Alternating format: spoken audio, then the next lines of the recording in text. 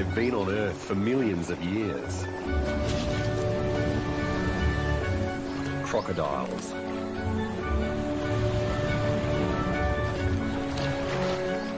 The largest of all living reptiles, and among the most dangerous animals in Australia.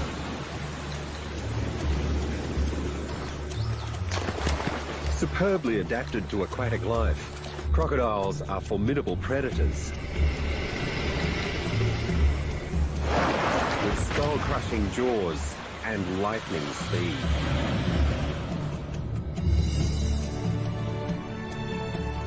They're skilled hunters, fishermen, scavengers, and even cannibals. And they're survivors. Once rare and in decline, these powerful carnivores are in the ascendant once more. They dominate the waterways and wetlands of far north Australia, a vast island continent, home to some of the planet's most unusual and fascinating animals. These are the secrets of the crocodile.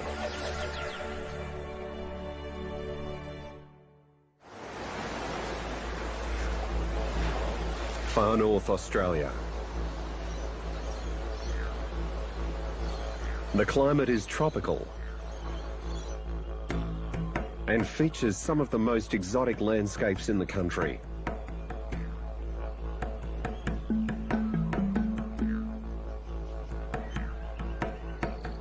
The coastline is fractured by multiple river systems that snake their way towards the sea. In these brackish waters and along these wooded riverbanks lurks an awe-inspiring creature. The saltwater or estuarine crocodile. Known locally as salties, these are the country's largest land-based predators.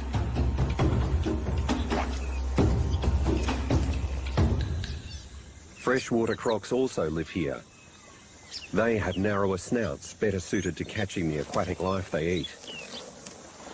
They often live alongside the salties, in fresher waters further upstream.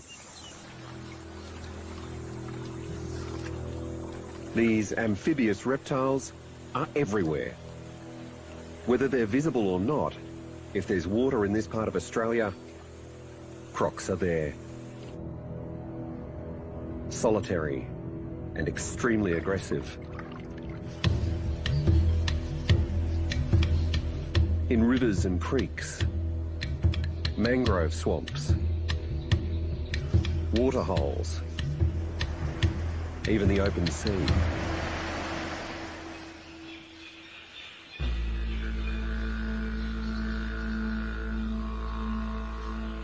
This is Boris, one of the crocodiles on this stretch of river named by researchers studying crocodile behaviour. He's a large salty, at around 16.5 feet long and weighing over 1,500 pounds. At this time of year, he spends time soaking up the sun at the water's edge. It's October, and the dry season is drawing to a close. Up here in the far north, there are just two main seasons, the wet and the dry. When the rains come, everything will change, and it will be time to mate. Boris is already moving in on Amber.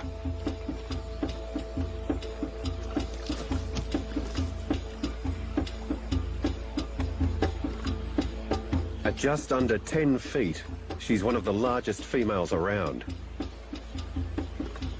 But there's a problem. Amber's in the territory of Ted, the dominant male of the area. Crocodiles have a fierce dominance hierarchy, and as top croc, one of Ted's privileges is to hold on to mating rights with any females on his patch. If Boris wants Amber, he'll have to get past Ted.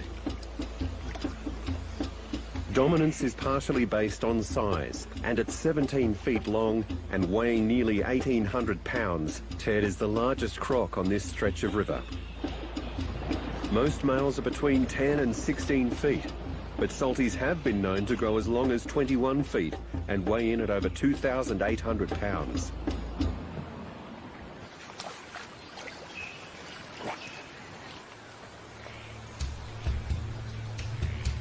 Size is also a marker of age, and Ted is thought to be an impressive 100 years old. Ted's gnarled and deformed head are evidence of years of battling with rival males. He's also blind and has lost many of his teeth. These fall out and grow again up to 45 times as the crocodile increases in size. But Ted's run out of replacements. Crocs swallow their prey whole, so he can still eat, but his hold on power may be starting to wane. When breeding season begins, Boris could challenge Ted for mating rights with Amber. In the meantime, Boris and the other crocodiles must get on with the everyday business of surviving. It's something they're perfectly adapted to do.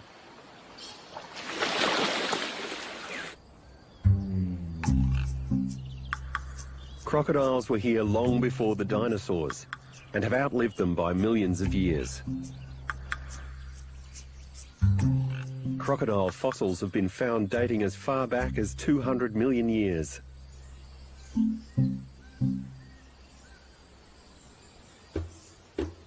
And they appear in ancient Aboriginal rock art.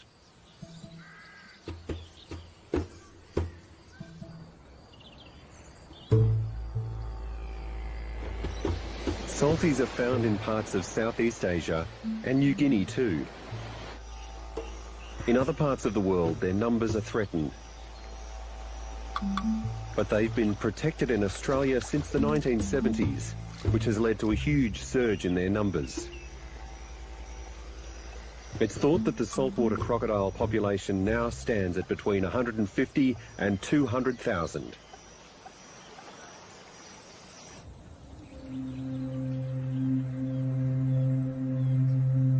It's been dry season now for over 5 months. There hasn't been rain in a long time. Waterholes are developing thick mud at their edges. Rivers are low. And animals coming down to the water's edge to drink can be excellent quarry for the stealthy crocodile.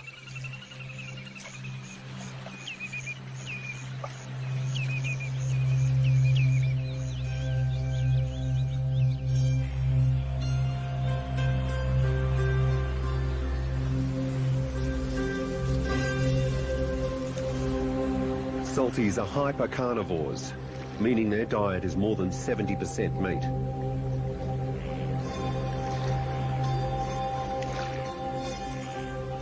They'll eat just about any animal they can catch and overpower, including fish, birds, small animals, even humans.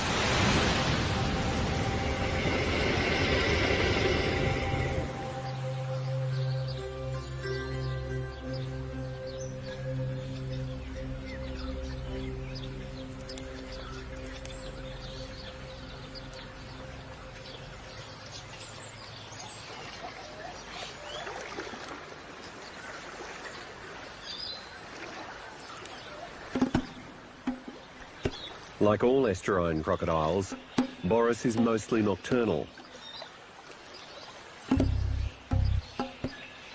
But will hunt during the day when he gets a chance.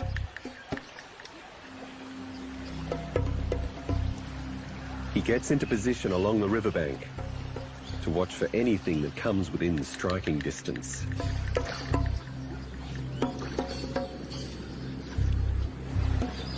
Sweeps of his powerful tail propel him silently through the water. His short limbs with clawed, webbed feet are ideal for swimming. His eyes, ears and nostrils are located on top of his head, allowing him to lie low while keeping an eye on his prey. As well as a good sense of smell, he has sensory pits along his entire body which detect vibrations.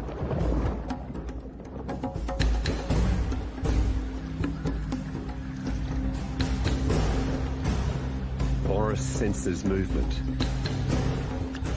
He dives, keeping any exposure to the minimum.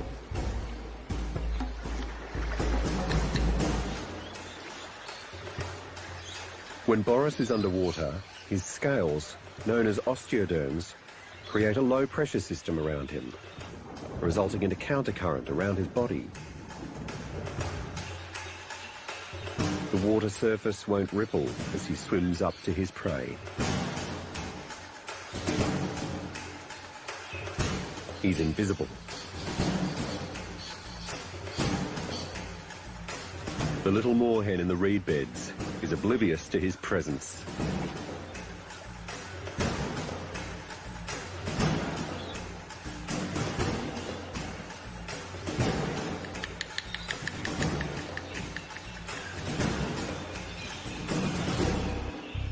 But Boris is after a bigger prize.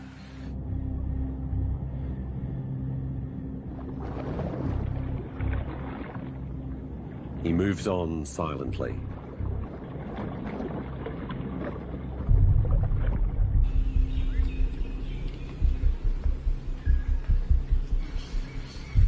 An unsuspecting wallaby has come to the water to drink.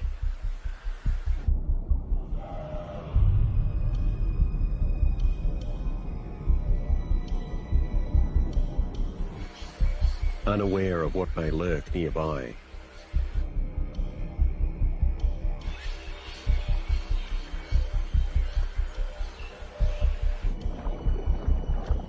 A crocodile can lunge incredibly fast, using both feet and tail to propel himself from the water.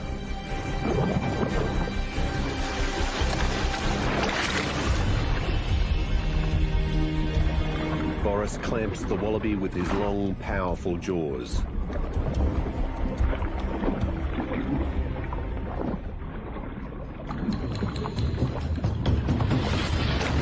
A special valve at the back of his throat allows him to open his mouth to catch and hold prey under the water without any entering his throat. But to eat the wallaby, his head needs to be above water. A crocodile can eat an incredible 23% of its body weight in one go. It can secrete gastric acid faster than any other animal, liquefying bone matter in just a few hours. The only thing Boris can't digest is keratin, so he'll cough up the fur later. Anything he can't manage now, he'll conceal and return for snacks when he's hungry. While crocodiles are opportunistic hunters, it's harder for them to move around to other waterways during the dry season. This can limit their feeding options. But the drier, less humid weather allows the crocs to stock up on energy in other ways.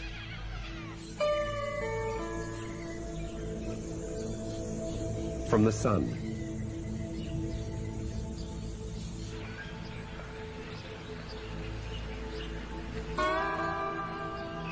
Saltwater and freshwater crocodiles are ectotherms, meaning they're cold-blooded.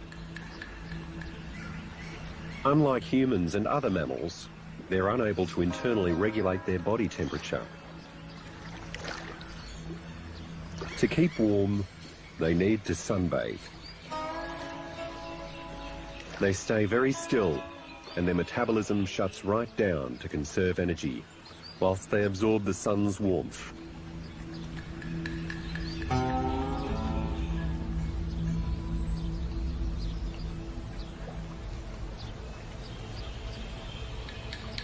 The scales on a crocodile's back act rather like their own solar panels. Tiny blood vessels carry blood right to the surface of the scales, where it's quickly warmed by the sun's rays. As the blood circulates, the heat is transferred to the rest of the body.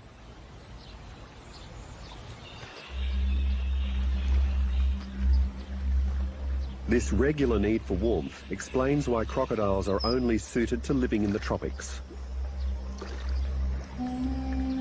Crocodiles don't need to expend any energy generating body heat, which is why they can go for long stretches without feeding.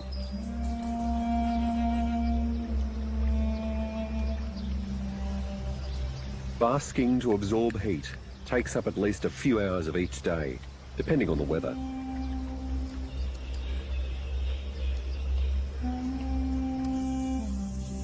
Now at the end of the dry season, there's still plenty of sunshine.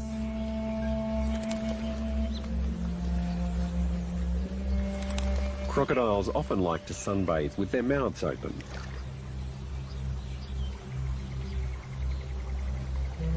It may show off this croc's superbly sharp teeth, but it's actually a way of helping him regulate his body temperature when it gets hotter. The Australian sun is fierce, and temperatures may rise still further when the wet season arrives. Like a panting dog, the crocodile produces saliva, which will cool him as it evaporates.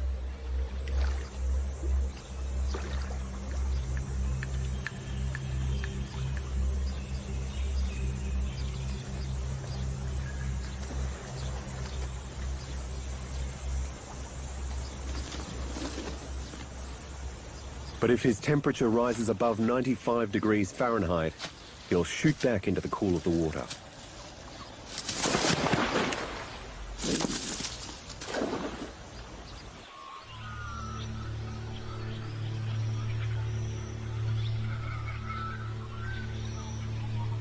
While Amber basks on the banks, she may look asleep, but she's actually always half awake. Crocodiles are able to shut down one side of their brains at a time while keeping one eye open. This is known as unihemispheric sleep.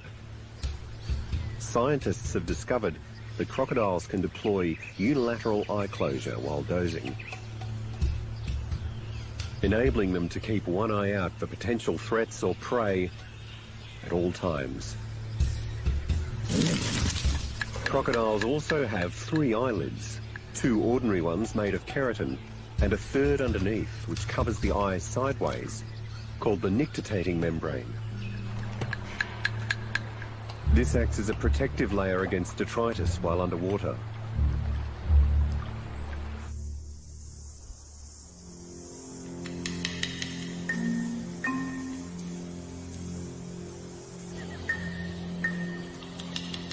As the dry season draws to a close, many crocodiles take to the water to make the most of an unusual feeding opportunity.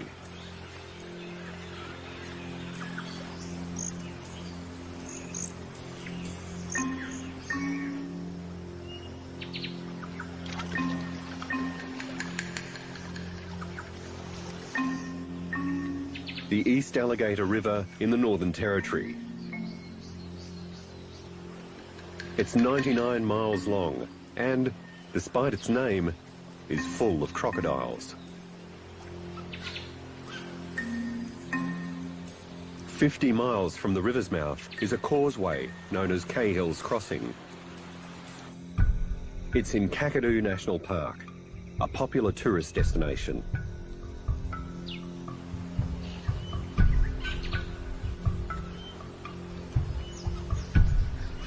Cars can only cross here when the river's lower in dry season.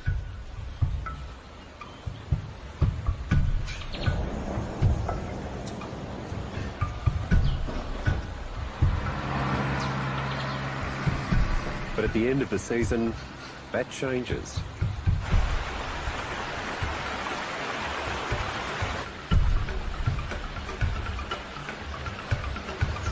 This year, the change of season coincides with the highest tide in weeks. And the crocodiles seem to know exactly when it's due.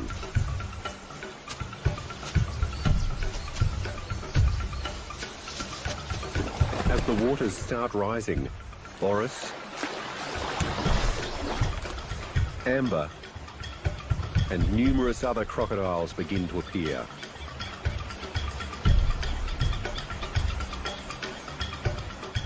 They converge on the area from all over the river system.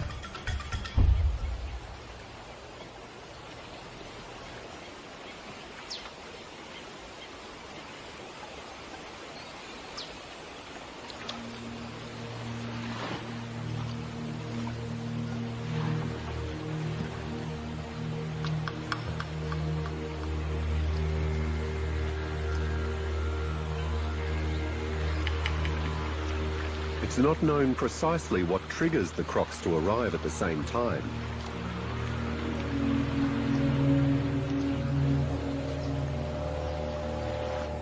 They may have deeper communication abilities than are currently understood. Crocodiles have extraordinary powers of hearing. Their middle ear can detect sounds that are inaudible to the human ear.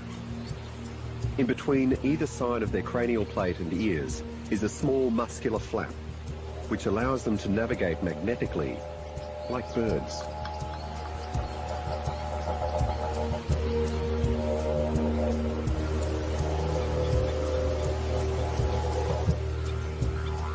It's also known that crocs can track the migratory routes of their prey as the seasons change.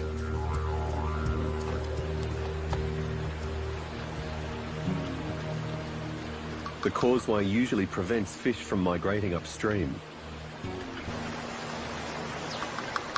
But as the spring tides boost the water levels in the river, they bring mullet, barramundi, and even turtles from downstream, attracted by the weed beds and nutrients of the fresher water. The arrival of the tide means that the river's flow switches direction to upstream, making movement easier for the fish as they travel towards the source.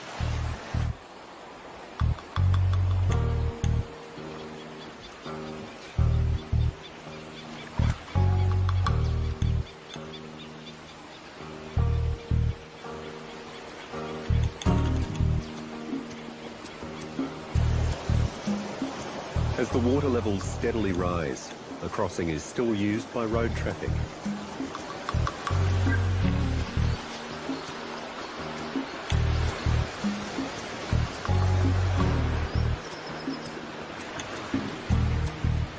The big males are first in line for the migrating fish feast and take up the best positions just over the causeway.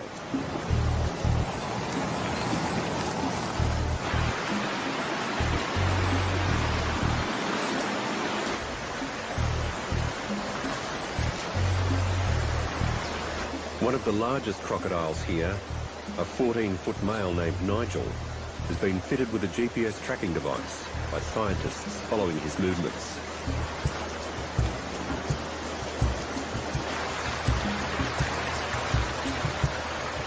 Studies of crocodile navigation have found that when they're on the move, salties can travel great distances up and down the river systems and out to sea. Males of between 10 to 12 feet have been observed travelling furthest. They aren't big enough to have their own territories, but are large enough to defend themselves from sharks and other crocodiles.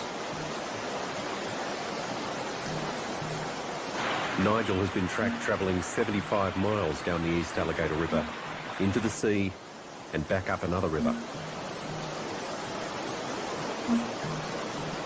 Another study tracked a crocodile covering nearly 370 miles in less than a month.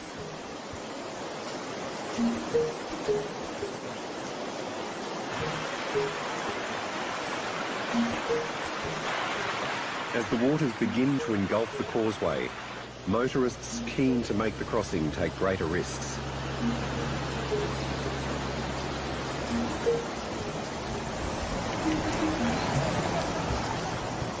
The crocodiles use the surge created by the cars to give them extra propulsion.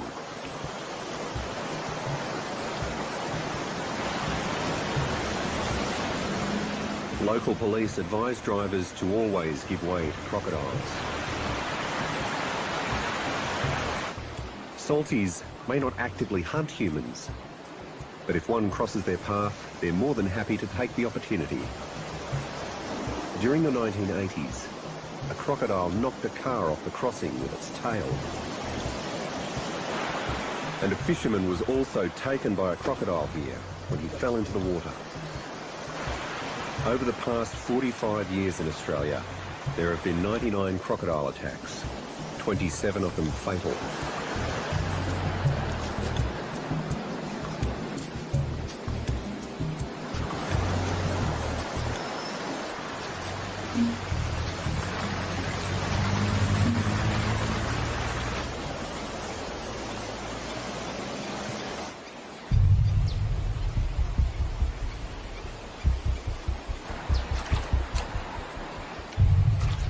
but fish are jumping. The crocodiles wait with open mouths, but their front limbs stretched out wide.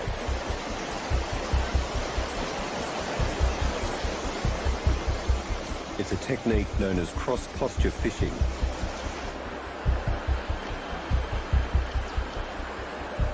The crocs have sensory receptors in their scales called ISOs, which are more sensitive than a human fingertip.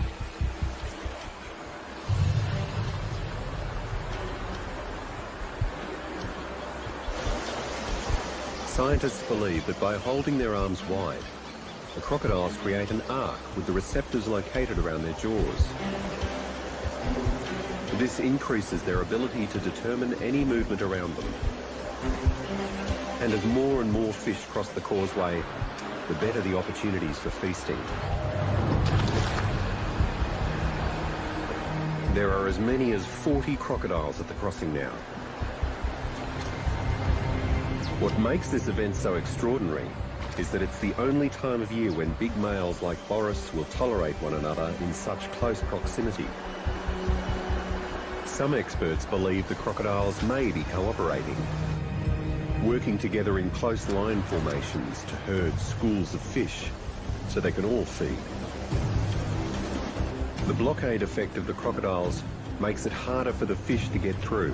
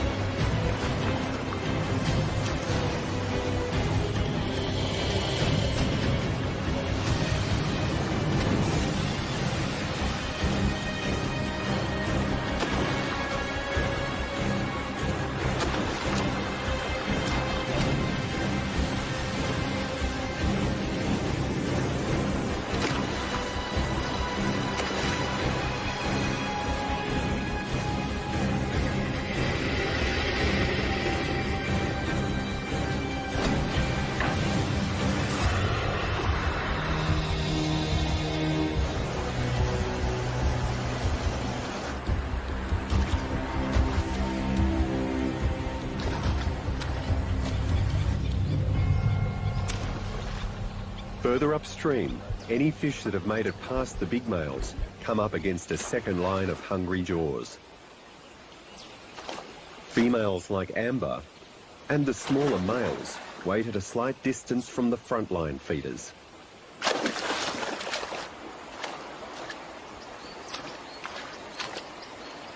When crocs are able to feast like this, they make the most of it.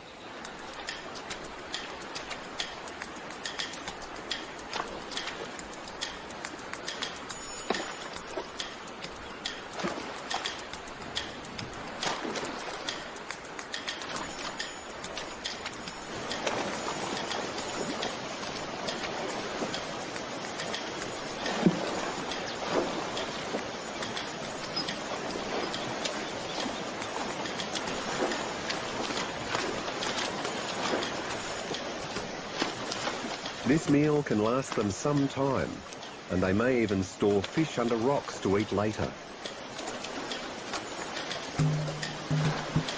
The salties swallow the fish whole. The crocodiles' tongues don't move easily, so they manipulate the food into position for swallowing.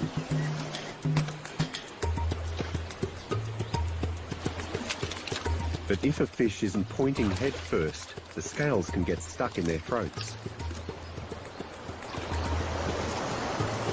So this croc flips his fish like a pancake to get it the right way up.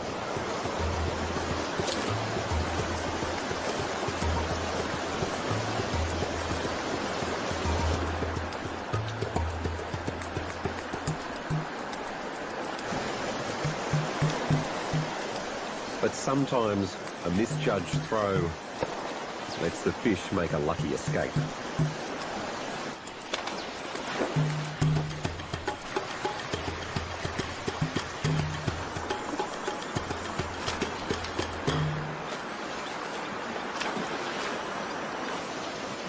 After just 2 hours, the tidal waters start to recede. As quickly as they arrived, the crocodiles silently disappear and drift apart once again to return to their more solitary existences, well stocked up for the season ahead.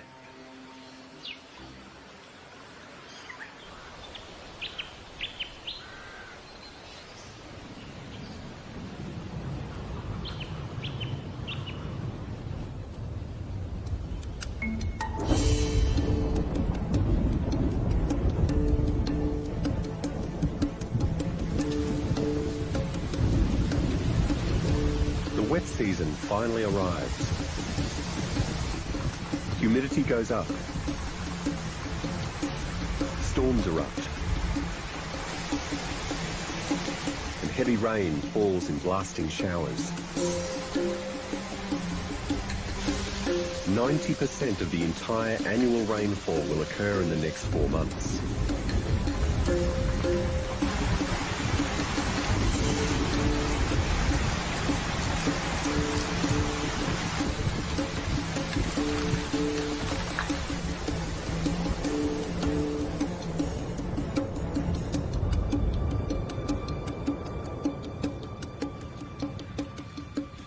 Away from the unusual feeding event, the crocs are back to their more typical hierarchy. Crocodile society is run on highly combative domination tactics. Head clashes will establish and reinforce dominance, and can even happen between females.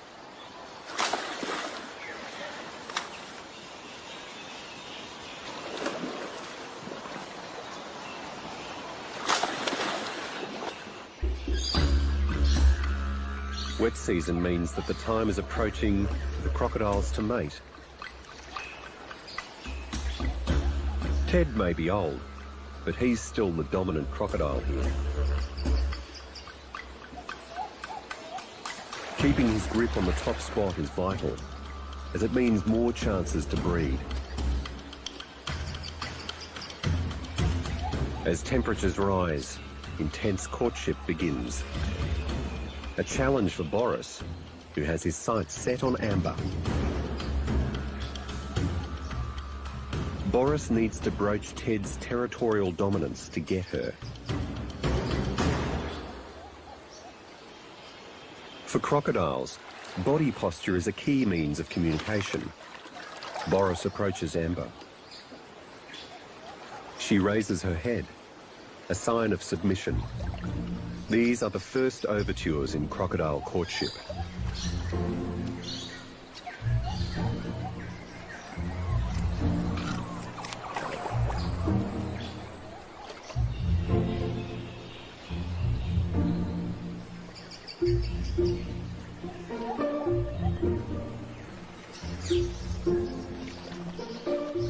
Amber starts blowing bubbles in the water. This indicates that she's receptive.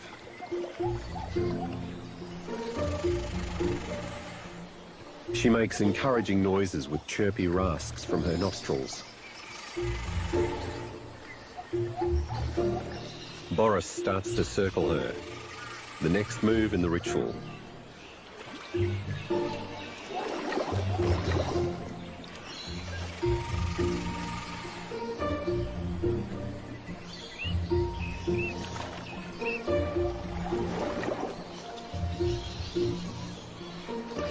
But just as things are hotting up, Ted moves in, and Boris is forced to retreat.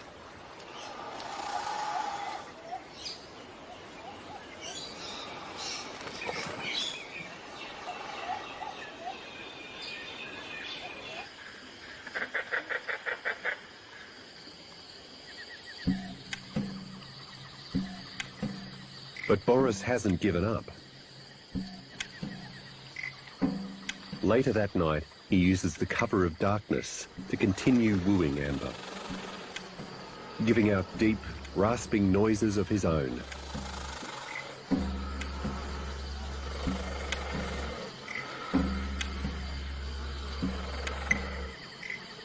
They swim around together for hours before they eventually mate.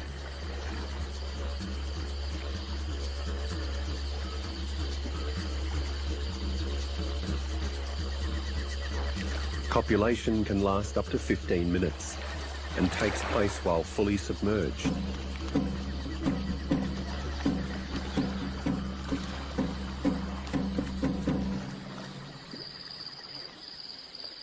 Ted's reign as the dominant male has been challenged. Amber's behaviour is not unusual. Females will often allow subordinate males to mate with them on the sly to ensure all of their eggs are fertilised. Researchers analysing crocodile eggs have found that in some cases only a few belong to the dominant male.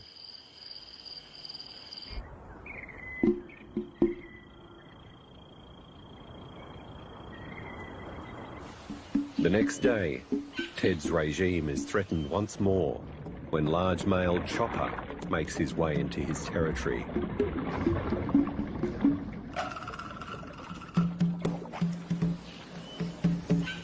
Saltwater crocodiles are keen ambush predators, but if a chance arises, they'll also scavenge. And the wet season presents new opportunities. As water levels fluctuate with the rain, the riverbanks become littered with all sorts of debris, including carrion. Domestic livestock can end up here, as well as wild animals, like this large feral pig. It may be in Ted's territory, but whoever gets to the carcass first will consider it theirs. When there's a ready food source like this, Chopper doesn't hold back. Salties don't mind whether food is fresh or rotting. The carcass quickly attracts other crocodiles. Soon Ted, Boris and several females are fighting it out for the free meal.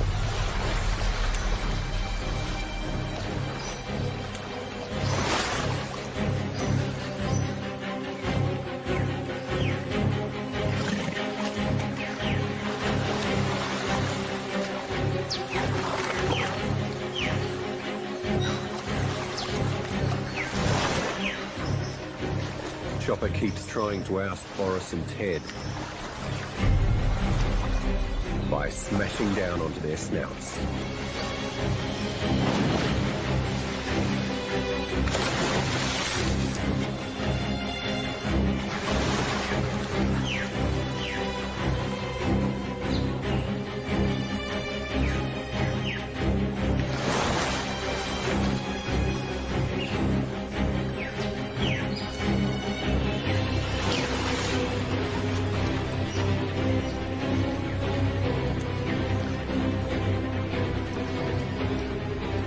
Chopper continues to dominate.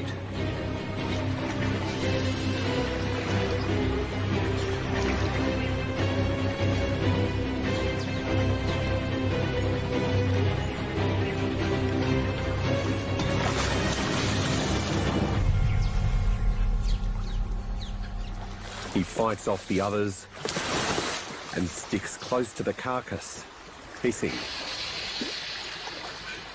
Crocodiles have no vocal cords. He makes these sounds by forcing air out of his nostrils.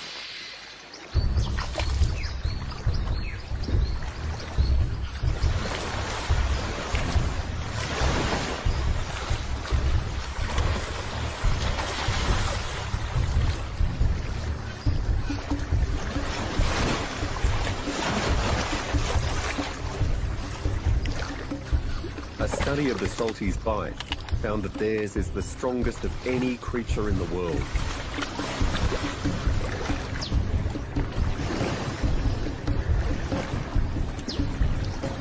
With a maximum bite force of 4,000 pounds per square inch, their muscles are arranged for clamping down tightly.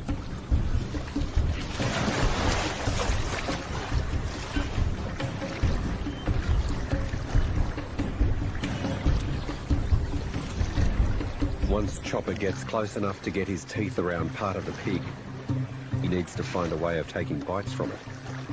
His teeth interlock, so when they bite into an animal, it creates a serration. Better for gripping prey rather than for chewing.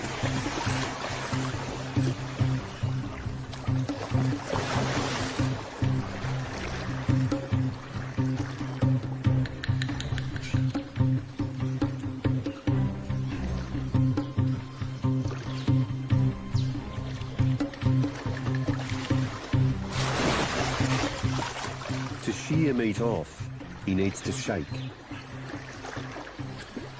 So to do that, he grips, rolls, and rips. This behaviour is often referred to as the death roll.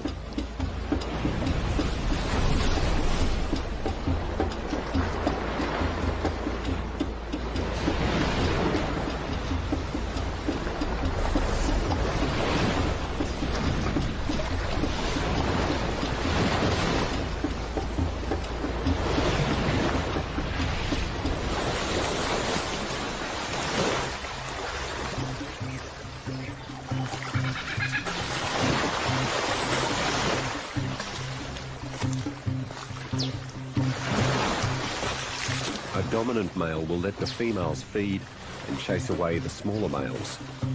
But Ted doesn't manage to see off Chopper.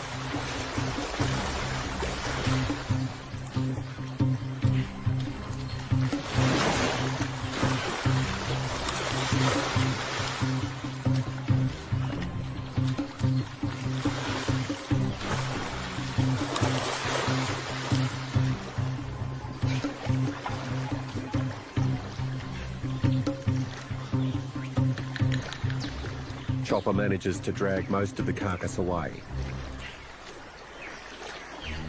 Now it's clear that Ted's rule is on the decline.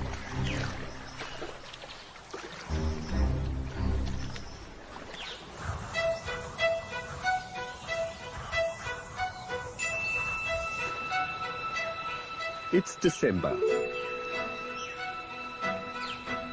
And Amber has produced a small clutch of 16 hard-shelled eggs. Females can lay up to 80 eggs in a season. She's scratched a nest almost 3 feet high, using vegetation and mud. The eggs will be incubated, both by heat generated from the rotting leaves and by solar radiation. Her nest is close to the water. She's placed it carefully. Too close and rising waters could flood the nest and kill the embryos.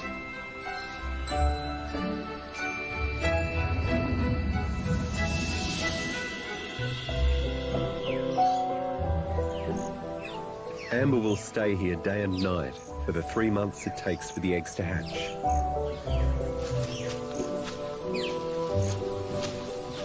She's fiercely protective.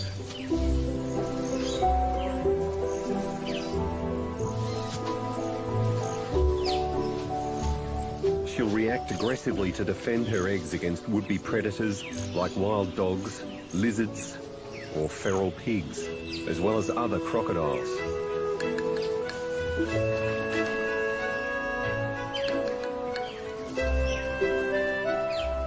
For Amber's babies, the struggle for survival has begun.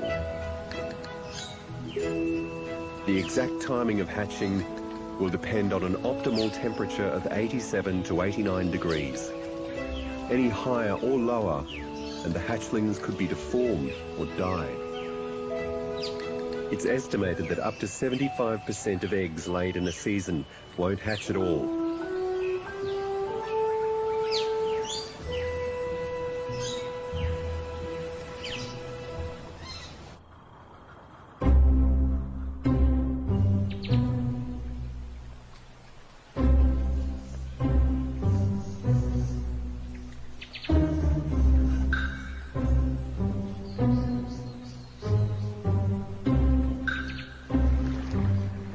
When Amber's hatchlings emerge, they're highly vulnerable.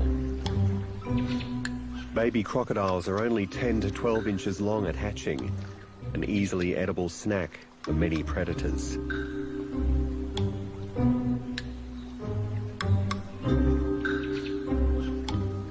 Carnivorous fish, like barramundi, will eat a young crocodile. While on the land, goanna lizards may prey on them. From the air, birds of prey, like the white-bellied sea eagle, can attack.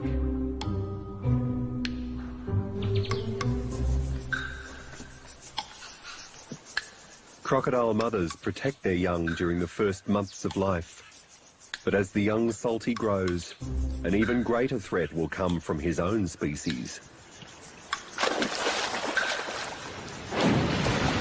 Big males like Ted or Boris will do anything they can to get rid of young rivals. And that extends to cannibalism. They'll eat both hatchlings and young juveniles if they get a chance. A dominant male can pick up the scent of smaller males in his territory and get rid of them. Young females can also be eaten, but have a better chance of being saved for future breeding.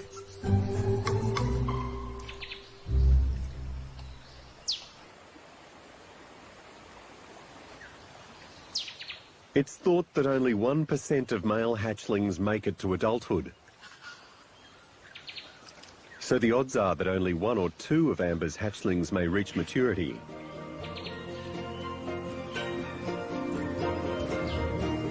If they do, there's a chance that they could still be alive 100 years from now. Long after their likely father, Ted or Boris, has departed. They could become the next alpha crocodiles, aiding the survival of their extraordinary species for many more generations to come.